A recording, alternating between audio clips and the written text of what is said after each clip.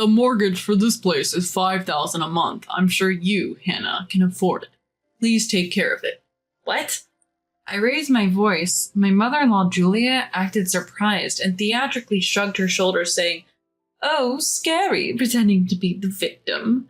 My father-in-law, Derek, glared at me and shouted, "It's only fair." Let's rewind to several months ago. My name is Hannah. My husband, Matthew, and I are newlyweds. Since we both grew up in the same hometown, we decided to live somewhere in between my family home and Matthew's family home. You could say we're living close but apart. We thought it would be comforting to be within easy reach of both our families in case anything happened, but I ended up having issues with my in-laws. I first met them when Matthew and I got engaged and paid them a visit. Matthew had already warned me that he didn't get along well with his parents, saying, "My parents are reckless spenders and lack common sense, to be honest. I wouldn't mind cutting ties." Still, they were Matthew's parents. Taking advice from my own parents that it would be good to meet them at least once, we went to visit. Upon arriving, Julia warmly welcomed us. She didn't seem like the reckless spender, lacking common sense, that Matthew had described.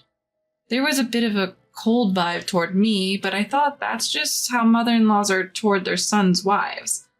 But their attitude changed in an instant when I told them where I worked. When Derek asked, "So Hannah, where are you working?" and I mentioned my company, their faces lit up instantly.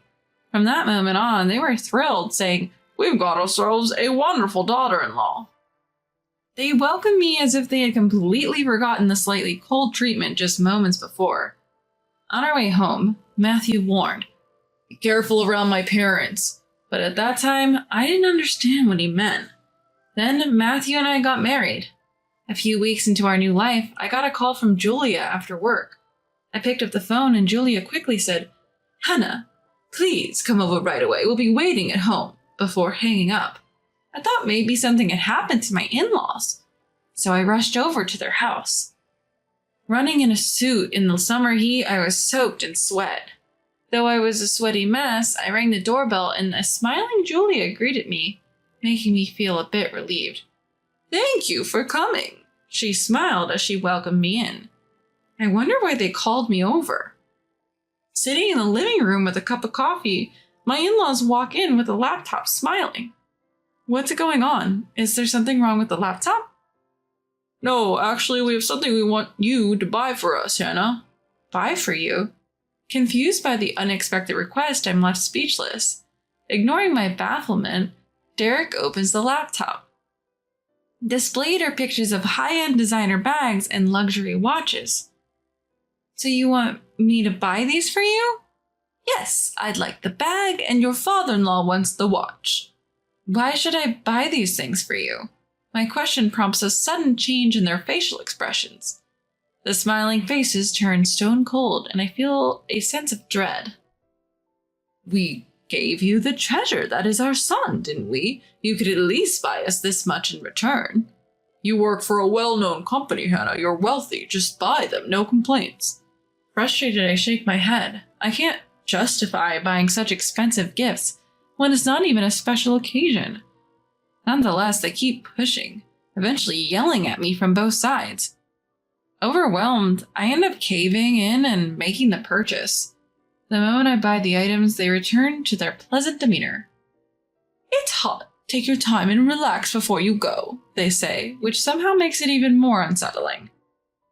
Since I gave in once, they keep summoning me to buy various things for them. Each time I tried to refuse, but ultimately my fear of being yelled at from both sides made me give in. Matthew had told me he was often pestered for money by his parents when we were dating. But I always hesitated to bring it up because he clearly despised his parents. Feeling trapped and unsure what to do, another call from them comes in. I went to my in-laws' house wondering what I would be forced to buy this time. I knew from past experiences that if I didn't respond to the calls, I would receive a series of line messages like a demon.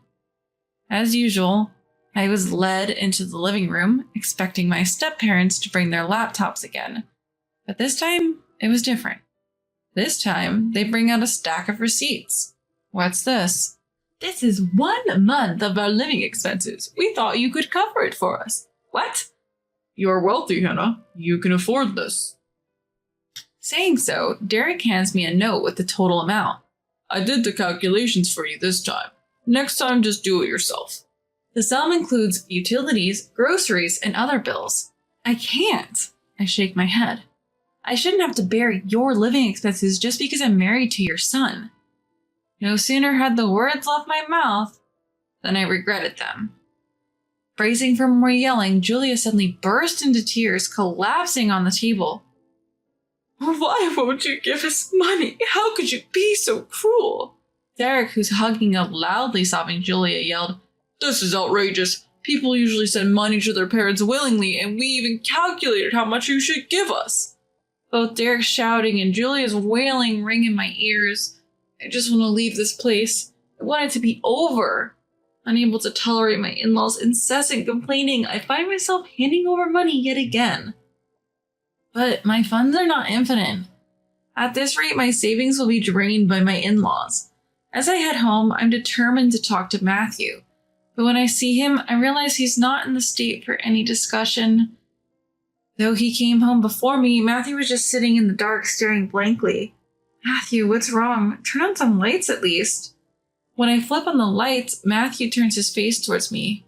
What's going on? I ask a visibly drained Matthew, who replies, I've been laid off. Matthew had been troubled by conflicts with his boss for some time. Since we work in the same field, it wasn't surprising that Matthew was laid off. It must have been his disagreeable boss who put him on the chopping block. I can't add any more stress to Matthew's life right now. I keep the situation with my in-laws to myself. Weeks later, my in-laws summon me again, but this time it's different. Instead of their home, I'm called to a different location. And there it is, a mansion that stands out even in a suburban neighborhood. After double-checking the address in my map again, I ring the doorbell. A voice says, "Come in." It's unmistakably Julia. Why is Julia here? Although I have many questions, I enter when Julia says I can. Julia greets me in the entryway. "Welcome." "Whose house is this?" I ask. Julia said with a surprised look on her face. "It's our house," says Julia, looking shocked. I'm dumbfounded. My in-laws had been begging me for money, yet they've managed to build this mansion? As I'm guided into the living room, Derek is there. I sit down opposite them. How did you build a house like this? We took out a loan. Even old folks like us found a lender willing to lend. How will we repay the loan? Asking you to help with that is why we invited you today, Derek laughs.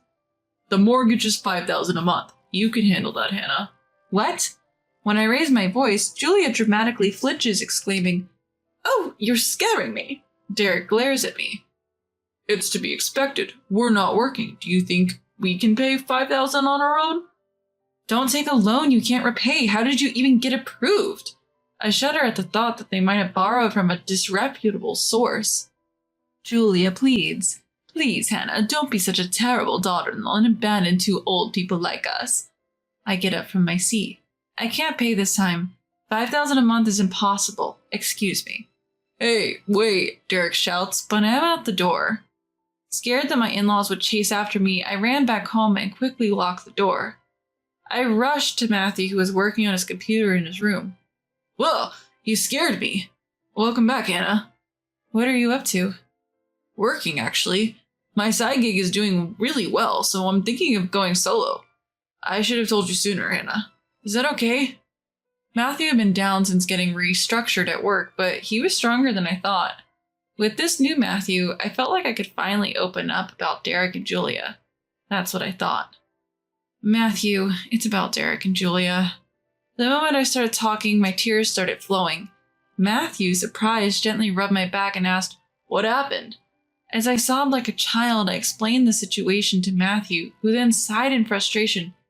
Ugh, my parents. When will they stop tormenting people? It turns out Matthew had endured similar treatment from my in-laws before we got married. Since he had calmed down after getting married, he thought that his parents had also become calmer as they got older. Who would have thought they'd be targeting you, Hannah? What should we do? At this rate, we'll have to pay Derek and Julia $5,000 every month. Matthew thought for a moment, then said, "Let's move. If we move and change our numbers, we can cut them off for good. But if they come to my workplace, we're done for. They even know where I work." Feeling cornered, Matthew made another suggestion. "In that case..." Weeks went by, and then I got a call from Julia. "Hannah, where are you? Your old address has a different name on it. They said you're not at work. The due date for the loan is long past." I calmly responded, "I'm not paying." "What?" "The loan. I'm not paying it. Figure it out yourselves, and by the way, this number will soon be out of service." "I'm not done talking." Ignoring her, I hung up. Matthew and I immediately changed our phone numbers, cutting off all contact for good. To escape my in-laws, we moved abroad. We only shared our new contact information with my parents and close friends. What Matthew had suggested was for me to quit my job and move overseas. Matthew had made it big in the online business world, allowing me to quit my job. We were doing just fine on his income alone. Now I work part-time in a foreign country to earn some extra cash. I got word from a former coworker that my in-laws had showed up at my workplace yelling, "Where's Hannah?" They even got escorted out by the police. They got off with just a warning, but my coworker said they looked desperate and it was scary. Why had my in-laws become so frantic? We found out a year after moving abroad when I received a mysterious call. It was from Julia. I didn't recognize the number, but when I picked it up, it was Julia on the other end. "Hello, Hannah, please, you've got to help us." Somehow my phone number had gotten to Julia. I rushed to Matthew, switched on the speaker, and we both listened. Apparently, my in-laws had borrowed money from a shady company and were facing forced labor for not paying it back. "Is Matthew listening? Please transfer at least 30,000 or we could die from forced labor." "Absolutely not," Matthew responded. "I've suffered enough from their lack of sense all my life. They didn't even support my education, yet took most of the money I earned. I have no love left for them. Let them face the consequences." "But Matthew, don't say that. Please help Mom." "To make up for their past, they should suffer." Matthew's words left Julia crying loudly. Then a male voice came on. "Okay, we're taking your parents." I was too stunned to speak, but Matthew calmly said, "Please go ahead." We never found out where they took my in-laws, but nobody in the family even looked for them. We certainly didn't want to find them. They were pretty sturdy for old folks, so they're probably still working hard somewhere. That's what I think. Life for us has been peaceful ever since. Matthew seems more energized in his work, and with my assistance on the side, he even started his own small business. We built a big house overseas, even hired a maid. We're expecting another member in our family soon. "Your belly is getting bigger." Yes, would it be okay to go back to my parents' place and show them their grandchild? We've only been talking over the phone ever since we left because of the in-laws. Since we ran away from his parents, we've only been able to talk to my parents over the phone. Matthew, whom I thought would never want to go back, immediately said, "Sure, let's go." "You're okay with that? You don't mind?" "As long as my parents aren't there, anywhere is heaven to me." Smiling, Matthew gently stroked my belly. "I want to meet you soon." When I saw Matthew smiling as if he had been rid of that possession, I felt from the bottom of my heart how glad I was to be able to cut ties with his parents.